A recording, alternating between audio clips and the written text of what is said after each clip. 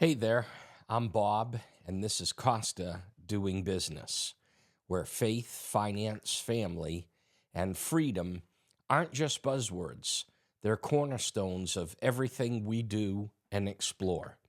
If you're ready for bold conversations, practical insights, and a dose of real-world clarity, follow me on Rumble at Costa Doing Business. It's free, it's easy, and it's your front row seat to upcoming podcasts and live broadcasts that just might change how you think about money, policy, and purpose. And if you like what you hear, don't keep it to yourself. Like and share wherever you find us. Rumble, YouTube, Facebook, Instagram. Let's discuss things that actually matter. Tonight, we're diving into the mysterious world of the Federal Reserve, America's most powerful institution that you've never paid attention to, and we'll unpack the whispers of upcoming interest rate cuts, what they mean for your wallet, and why Jerome Powell just might be the most influential person that you've never voted for or maybe even heard of. So buckle up. Monetary policy is about to get personal. According to Deuteronomy chapter 28, a blessed nation lends to others and borrows from no one. Or in modern terms, be the bank and not the borrower. Lending equals blessing. Borrowing equals tail chasing. When Israel followed God's playbook, it stayed financially sovereign and independent. Verse 44 flips the script when it says, they will lend to you, you will be the tail. In the King James, they stands for the stranger or the foreigner with high interest rates. The translation is that debt invites outside control. The Lord will make you the head and not the tail, Deuteronomy says, which sounds great unless you're the last in the pack, because the view always remains the same. So let's talk about President Trump, the Fed, and the 2% rate cut dream, because nothing says fiscal responsibility like refinancing your national credit card. President Trump wants interest rate cuts, hoping that cheaper borrowing will ease the cost of existing debt and juice the economy. The man he's pressuring is Jerome Powell, chairman of the Federal Reserve since 2018 and reappointed in 2022 and currently serving through 2026 if President Trump doesn't fire him first. So what is the Federal Reserve anyway? You might ask. Think of the Fed as the economy's air traffic controller, managing interest rates, money supply, and financial stability. But it was born out of chaos. The banking panic of 1907 exposed just how fragile and fragmented the U.S. banking system was. Enter 6 financial titans who met secretly on an island in Georgia with the dubious name Jekyll Island in 1910. They used fake names, no less, to draft a plan for national banking and monetary policy reform. Their work became the Aldrich Plan, which heavily influenced the Federal Reserve Act of 1913. The Fed was created to provide an elastic currency, i.e., to print money when needed. It was created to serve as a lender of last resort to banks.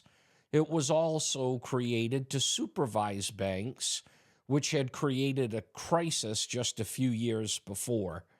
And it was to facilitate payments and credit flow, because previously banks issued their own currency, and depending on the financial strength of your local bank, could determine whether you actually had money that had any value tomorrow or not. So over time, it picked up a few more hats, like managing inflation and employment under the dual mandate.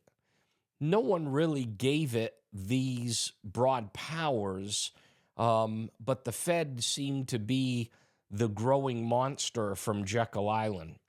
And that brings up why the Fed's origin still sparks controversy.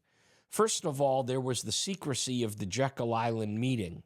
As a matter of fact, the meeting was so hush-hush that those 6 bankers registered under aliases and told the waitstaff that it was actually a duck hunt instead of planning our national, revamping our national economy.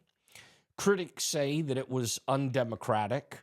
In other words, Wall Street rewriting the rules in private.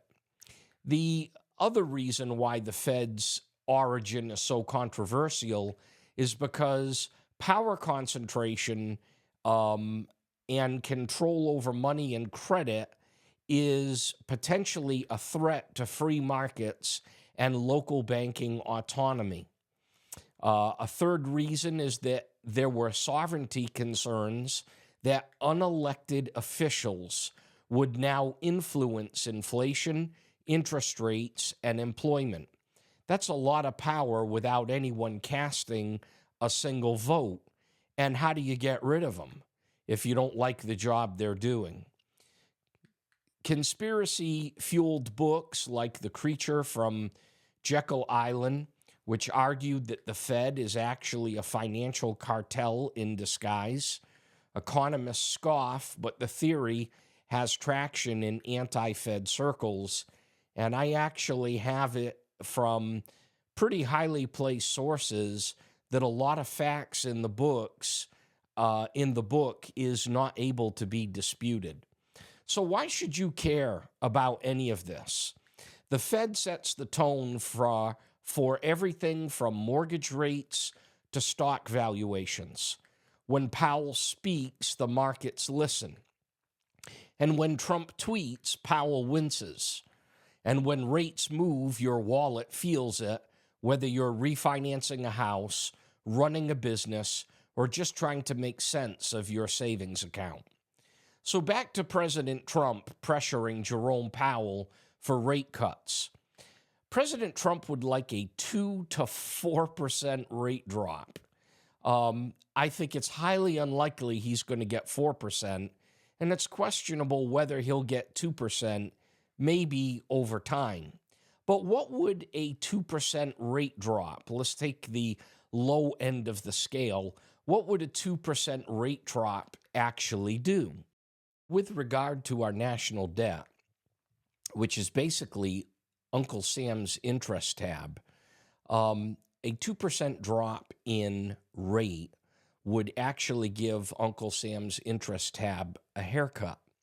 For the first time in our nation's history, our annual interest on the national debt is greater than the U.S. defense budget. Cheaper debt means that Treasury bonds will be issued at lower rates, which means less interest paid. Think of refinancing your mortgage, but with a $37+ trillion tab or principal amount. Most people can't even fathom 37 trillion, so let me put it in perspective for you. If you stacked $1 bills to pay off 37 trillion, the pile would stretch 2.5 million miles high. That's enough to reach the moon and return 5 times. NASA might not approve, but it would be one way to fund space travel. Put it another way, if you spent $1 million every single day since the birth of Jesus, you still wouldn't have spent $1 trillion. To hit 37 trillion, you would have to do it 37 times. A reduction in interest rates would create a savings bonanza because in 2024, the U.S. paid $882 billion in interest alone. A 2% drop would save $176 billion in 1 year. That's like canceling Netflix for every American alive for 400 years. It would give us breathing room in our budget. With interest costs projected to hit 1.7 trillion by 2034, a 2% cut in rate would save 300 to 400 billion dollars. That's enough to fund a moon base, or at least pothole repairs in the state of Michigan. Your debt to GDP would glow up. In other words, lower rates would make the debt look smaller compared to GDP, and it's a fiscal version of good lighting. Speaking of the GDP, greasing the economic gears with cheap money would spark stimulus. Lower rates equals cheaper loans equals more spending. It's like giving the economy a triple espresso. We'd get a GDP bump. Models suggest that a 0.5 to a 1% lift is likely. Not huge, but enough to make economists nod approvingly because we have such a large GDP. It would surge different sectors of our economy. Housing and auto loans love low rates. So mortgage rates drop, and suddenly everybody's shopping for homes and minivans. It would create export advantages because a weaker dollar makes U.S. goods cheaper abroad. In other words, America on sale. It would real-world proof your finances. When mortgage rates fell from 7.6 to 6% in early 2024, home sales jumped approximately 2%. Turns out people like paying less in their monthly mortgage payment. Household finances would go from plastic to prosperity. Before a rate drop and after a rate drop, let me just give you a couple of comparisons and examples. In the 30-year mortgage category, if rates went from 7.6 to 5.6%, that would be a $300 a month savings on a $400,000 loan. And because the average home price is actually over $400,000 in the United States of America, that's actually a pretty realistic example. Credit card APRs, if they went from 20% to 18%, that would be a $200 per year savings on a $10,000 balance.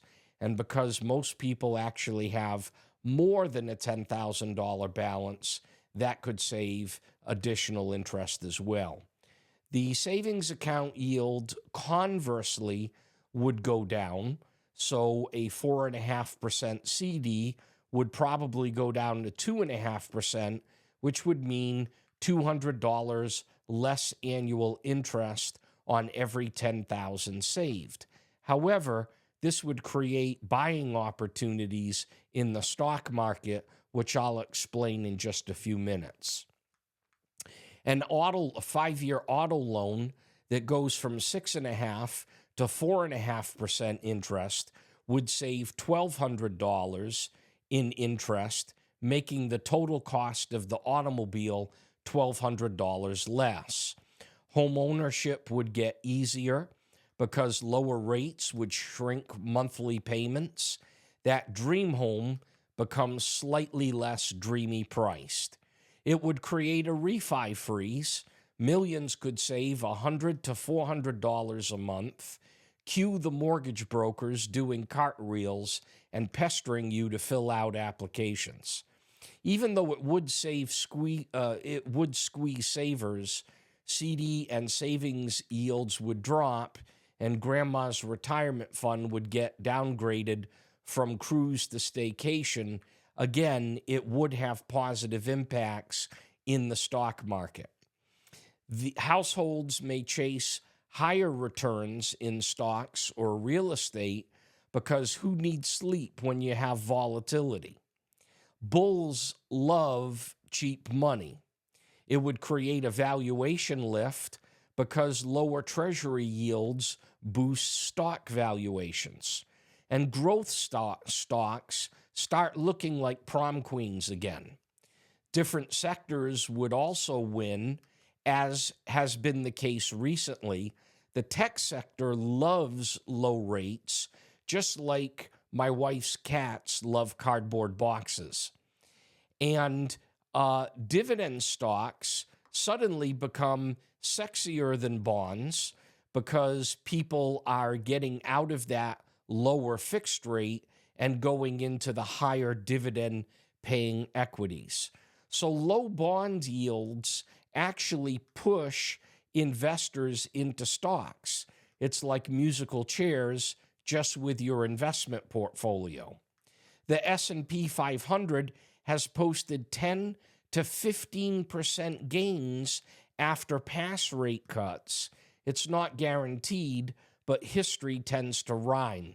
As a matter of fact, in the last 2 weeks, it has been speculated that Jerome Powell will cut rates in just a few weeks by 1/4 of a point, and Wall Street has responded very favorably.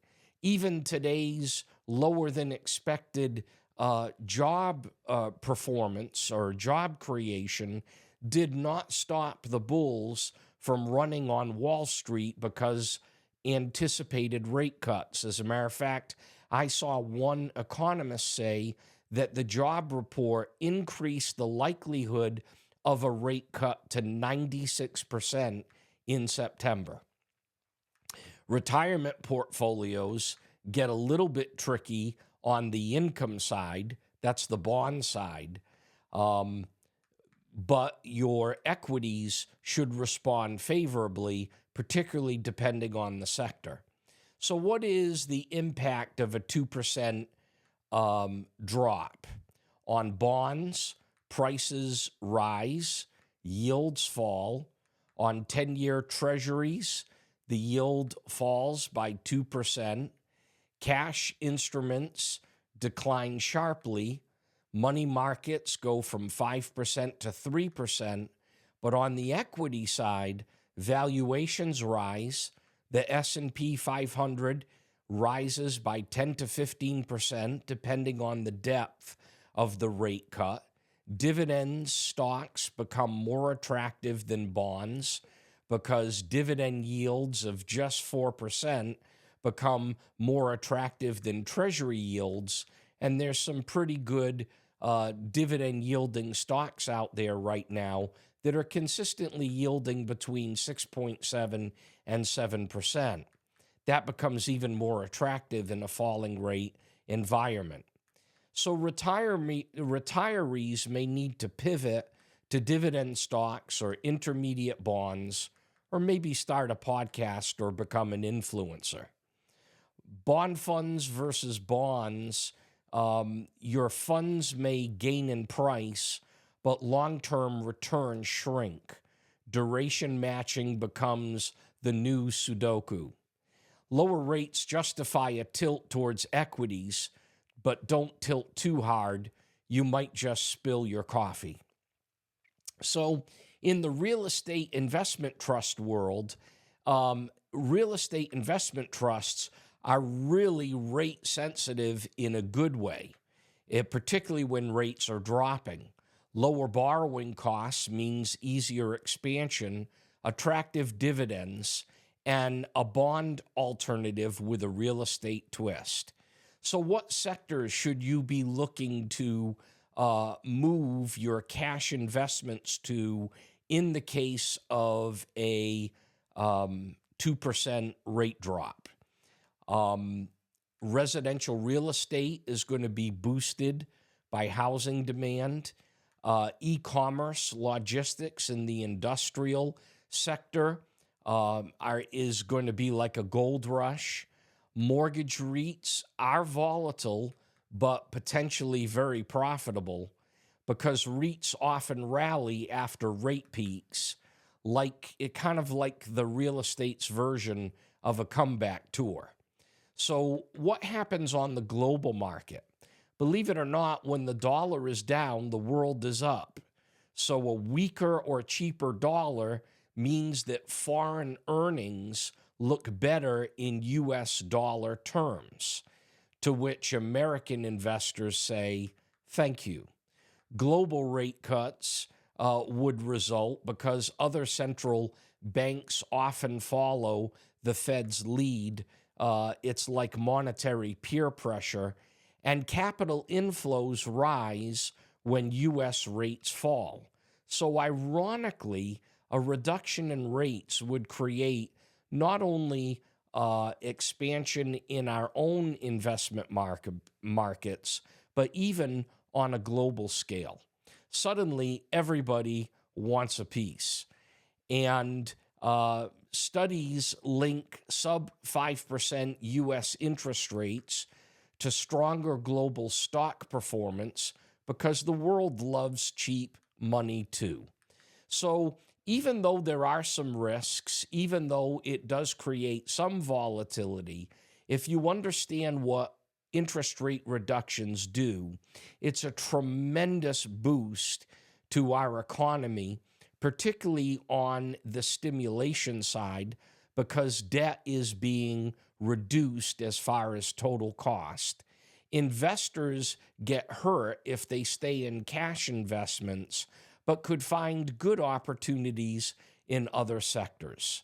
So that's our show. Thanks for watching. And remember, please follow me on rumble.com at Costa Doing Business. It's free, it's easy, and it will allow me to notify you of some crucial upcoming podcasts or even live broadcasts. Like and share anywhere you see us on Rumble, YouTube, Facebook, or Instagram. Share us with your friends, share us with your enemies, share us with your neighbors, or just a stranger walking down the street. And until next time, thank you and good night. I'm Bob, and this is Costa Doing Business.